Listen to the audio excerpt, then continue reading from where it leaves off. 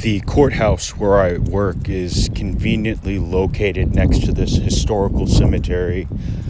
So I am recording this surrounded by elaborate marble tombstones and mausoleums.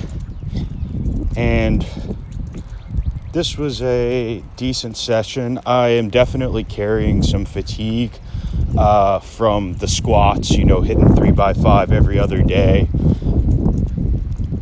Not fully recovered, but I mean, what does that really mean? I was able to add weight, and so I'm still progressing.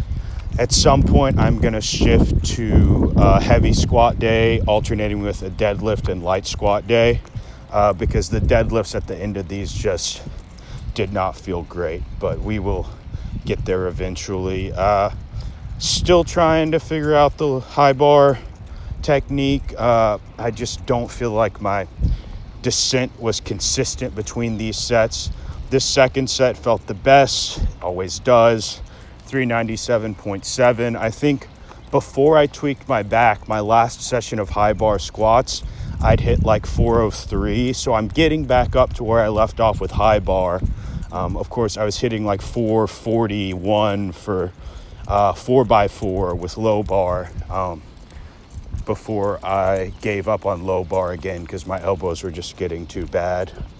But a YouTube commenter with Ray Gillenwater as their avatar, I don't know if it's actually Ray Gillenwater, I hope it was, gave me some great cues earlier today on one of my earlier squat videos.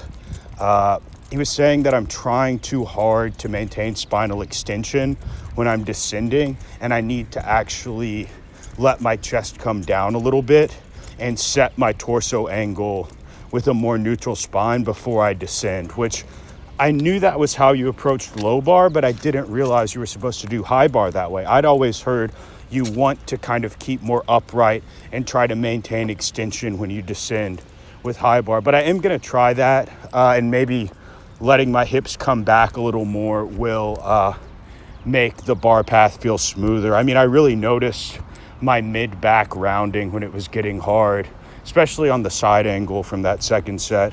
But these are the deadlifts. I started pulling the 5th rep and lost position, so I dropped it right away. Same kind of problem that's led to the back tweak. So I wasn't going to grind that out because I felt my back in that area. But I'm just wondering if it's productive to even deadlift after squats like this. I'm trusting the program, so I'm going to keep running it out.